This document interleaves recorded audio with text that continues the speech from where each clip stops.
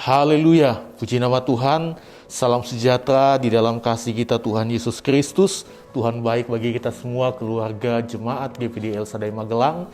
Dimanapun kita berada, Tuhan selalu menolong dan Tuhan selalu memberkati kehidupan kita. Puji nama Tuhan, saat ini kita akan kembali bersekutu dengan firman Tuhan yang saya beri tema Gembala yang Baik. Kita akan melihat di dalam kitab Yehezkiel 34 ayat 1, ayat 2 dan ayat 11. Yehezkiel 34 ayat 1 dan 2 mulai, "Lalu datanglah firman Tuhan kepadaku, hai anak manusia, bernubuatlah melawan gembala-gembala Israel.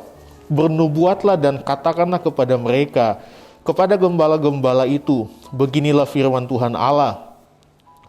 Celakalah gembala-gembala Israel yang menggembalakan dirinya sendiri. Bukankah domba-domba yang seharusnya digembalakan oleh gembala-gembala itu?" Ayat 11. "Sebab beginilah firman Tuhan Allah, dengan sesungguhnya aku sendiri akan memperhatikan domba-dombaku dan akan mencarinya." Puji nama Tuhan. Kalau kita melihat, perikop ini menjelaskan tentang gembala yang baik, yaitu Tuhan melawan gembala yang jahat. Dalam konteks ini ditujukan bagi para pemimpin politik bangsa Israel. Gembala atau pemimpin politik Israel ini adalah orang-orang yang dipercayakan Tuhan untuk memimpin umatnya Israel. Nah, mengapa mereka disebut gembala yang jahat? Karena mereka tidak bertanggung jawab dalam melaksanakan tugasnya sebagai gembala. Mereka hanya mempedulikan kepentingan mereka sendiri daripada domba-domba yang dipercayakan Tuhan kepada mereka. Itu sebabnya Tuhan mengecam mereka. Kita bisa lihat itu di dalam ayat 2 dan ayat yang ketiga. Saya baca ayat yang ketiga. "Kamu menikmati susunya, dari bulunya kamu buat pakaian, yang gemuk kamu sembelih, tetapi domba-domba itu sendiri tidak kamu gembalakan." Jadi ini adalah perbuatan jahat. Mereka tidak bertanggung jawab melaksanakan tugasnya sebagai gembala. Mereka hanya mempedulikan kepentingan mereka sendiri daripada domba-domba yang dipercayakan Tuhan kepada mereka. Itu sebabnya Tuhan mengecam mereka.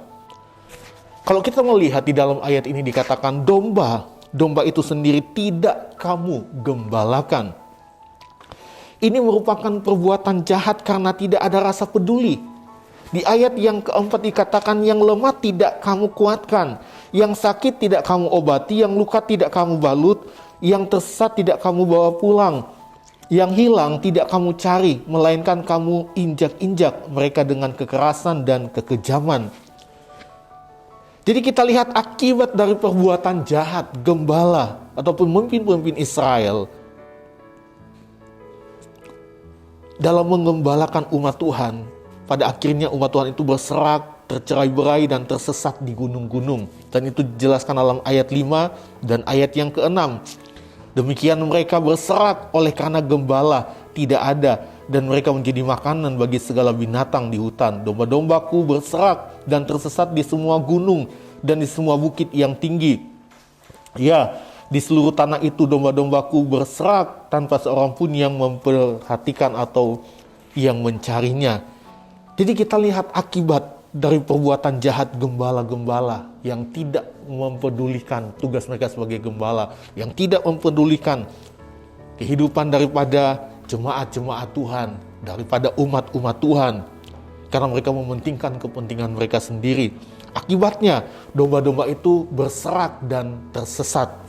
Kalau kita melihat berserak dan tersesat, ini adalah perbuatan dosa yang pada akhirnya dilakukan oleh umat Tuhan. Mereka tersesat kepada penyembahan-penyembahan berhala. Sampai akhirnya mereka harus mengalami penghukuman Tuhan. Dengan demikian gembala-gembala Israel telah berperan besar dalam perbuatan dosa dan kehancuran daripada Israel. Ini akibat dari gembala yang jahat. Itu sebabnya mereka disebut gembala yang jahat, dan Tuhan dalam pasal ini melawan gembala yang jahat. Di ayat 9 dan ayat 10 dikatakan, "Oleh karena itu, hai gembala-gembala, dengarlah firman Tuhan. Beginilah firman Tuhan Allah, aku sendiri akan menjadi lawan gembala-gembala itu, dan aku akan menuntut kembali domba-dombaku dari mereka, dan akan memberhentikan mereka menggembalakan domba-dombaku. Gembala-gembala itu tidak akan terus lagi menggembalakan dirinya sendiri. Aku akan melepaskan domba-dombaku dari mulut mereka, sehingga tidak terus lagi menjadi makanannya. Di dalam Yeremia 23 ayat 1 dan ayat 2 katakan, celakalah para gembala yang membiarkan kambing domba gembalaanku hilang dan terserak. Demikianlah firman Tuhan. Sebab itu beginilah firman Tuhan Allah Israel terhadap para gembala yang menggembalakan bangsaku. Kamu telah membiarkan kambing dombaku terserak dan tercerai-berai, dan kamu tidak menjaganya. Maka ketahuilah, aku akan membalaskan kepadamu perbuatan-perbuatanmu yang jahat. Demikianlah firman Tuhan. Kalau saya perhatikan di dalam salinan firman Allah yang hidup, dikatakan Tuhan berfirman, aku mendatangkan malapetaka ke atas para pemimpin umatku, para gembala domba-dombaku, karena mereka telah menghancurkan dan mencerai-beraikan apa yang seharusnya dipelihara mereka. Kamu bukannya membimbing dan memelihara kawanan dombaku ke tempat aman, melainkan malah telah mencerai-beraikan dan menjerumuskan mereka ke jurang kehancuran. Sekarang aku akan menjatuhkan hukuman ke atas kamu karena kejahatan yang telah kamu lakukan terhadap mereka.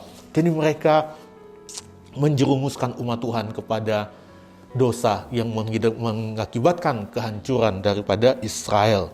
Aku akan menuntut kembali dombaku, kata Tuhan. Dalam hal ini Tuhan sendiri yang akan mencari dan menggembalakan domba-dombanya. Di dalam ayat yang ke-11, sebab beginilah firman Tuhan Allah, dengan sesungguhnya aku sendiri akan memperhatikan domba-dombaku dan akan mencarinya. Ini merupakan janji anugerah bahwa Allah akan memelihara domba-dombanya, dan bahwa domba-domba itu tidak seharusnya selalu menderita akibat dari kelalaian para gembala yang lalai memimpin mereka. Jadi Tuhan sendiri yang akan memimpin umatnya. Dan kita lihat janji Tuhan sebagai gembala yang baik dalam perikop ini. Di dalam ayat 11 sampai ayat yang ke-16. Kalau kita melihat di sana, dia akan mencari, dia akan mengumpulkan, melindungi, dan menyelamatkan domba-dombanya. Dia akan menyelamatkan umat-umatnya. Yang tersesat akan dicari. Yang luka itu akan dibebat oleh Tuhan. Yang lemah akan dikuatkan oleh Tuhan. Tuhan yang akan memimpin mereka kepada setiap kebenaran, sehingga mereka tidak harus mengalami penderitaan akibat karena mereka tersesat. Ini adalah janji Tuhan. Dan Tuhan juga akan menjadi hakim bagi domba-dombanya. Kita lihat di ayat yang ke-17 dikatakan seperti ini. Dan hai kamu domba-dombaku, beginilah firman Tuhan Allah, sungguh aku akan menjadi hakim di antara domba dengan domba, dan di antara domba jantan dan kambing jantan. Di dalam bahasa Indonesia masa kini dikatakan, dengarlah hai domba-dombaku, aku Tuhan yang Maha Tinggi berkata kepadamu, bahwa aku akan menghakimi kamu masing-masing dan memisahkan yang baik dari yang jahat, domba-domba dari kambing-kambing. Ya, kalau kita belajar, kambing-kambing itu bukan umat Tuhan. Ya, itu menunjuk kepada orang-orang yang tidak percaya kepada Tuhan Yesus. Ya. Nah, kita lihat dalam perikop ini juga Yehezkiel mennubuatkan tentang suatu saat ketika Allah akan mengirim seorang gembala yang berkenan kepadanya, yaitu Sang Mesias yang akan sungguh-sungguh memelihara umatnya. Ayat 23, aku akan mengangkat satu orang gembala atas mereka yang akan menggembalakannya, yaitu Daud hambaku. Dia akan menggembalakan mereka dan menjadi gembalanya. Bukan Daud ya, tapi keturunan daripada Daud atau tunas Daud, yaitu Mesias yang kita sembah, Tuhan Yesus Kristus sebagai gembala yang baik. Dan nubuatan ini telah digenapi di dalam diri Yesus sebagai gembala yang baik.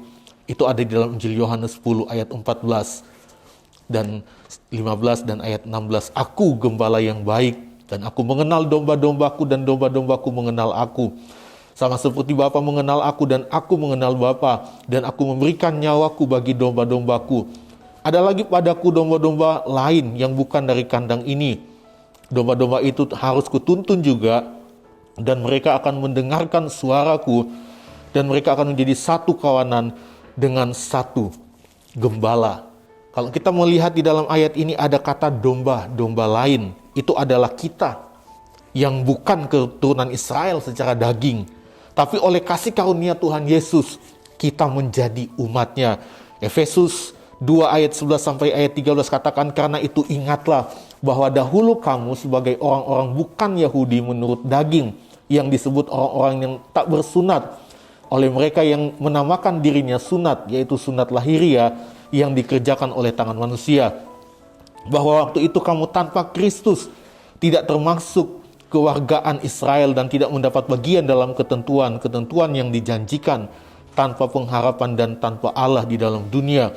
Tetapi sekarang di dalam Kristus Yesus, kamu yang dahulu jauh sudah menjadi dekat oleh darah Kristus. Oleh darah Kristus, kematian Yesus, anugerah kita menjadi satu kawanan sebagai domba-domba milik kepunyaan Tuhan yang digembalakan oleh Tuhan sebagai gembala yang baik. Sebagai umat Tuhan, sebagai domba-dombanya Tuhan, kita patut bersyukur karena kita punya gembala yang baik, yaitu Yesus Kristus yang terus menuntun kita kepada kebenaran yang akan membawa kita kepada keselamatan yang kekal. Itu sebabnya percayakanlah setiap kehidupan kita hanya kepada Yesus sebagai gembala yang baik. Apapun yang kita alami di dalam dunia ini, kita punya gembala yang baik. Yesus Kristus Tuhan. Puji nama Tuhan. Tuhan berkati kita semua. Mari sama-sama kita akan berdoa. Terima kasih Tuhan Yesus buat kasih anugerah-Mu. Terima kasih buat firman-Mu yang boleh membimbing kami kepada setiap kebenaran-Mu. Kami menyadari kami adalah umat-umat Tuhan hanya oleh karena kasih karunia Tuhan. Kami menjadi satu kawanan dengan umat-umat pilihan Allah. Itu sebabnya Tuhan, sebagai umat-umat-Mu, sebagai domba-domba-Mu, ajar kami untuk selalu taat dan setia hanya kepada Engkau sebagai gembala kami yang baik. Karena hanya Engkau yang akan menuntun kami sampai kepada keselamatan di dalam Engkau. Terima kasih Tuhan, terima kasih Roh Kudus, sebab Engkau-lah yang memberkati keluarga jemaat GPD El Shaddai Magelang ya Tuhan. Engkau memagari kami dengan anugerah-Mu seperti perisai. Kami berdoa di dalam nama Tuhan Yesus Kristus. Haleluya. Amin.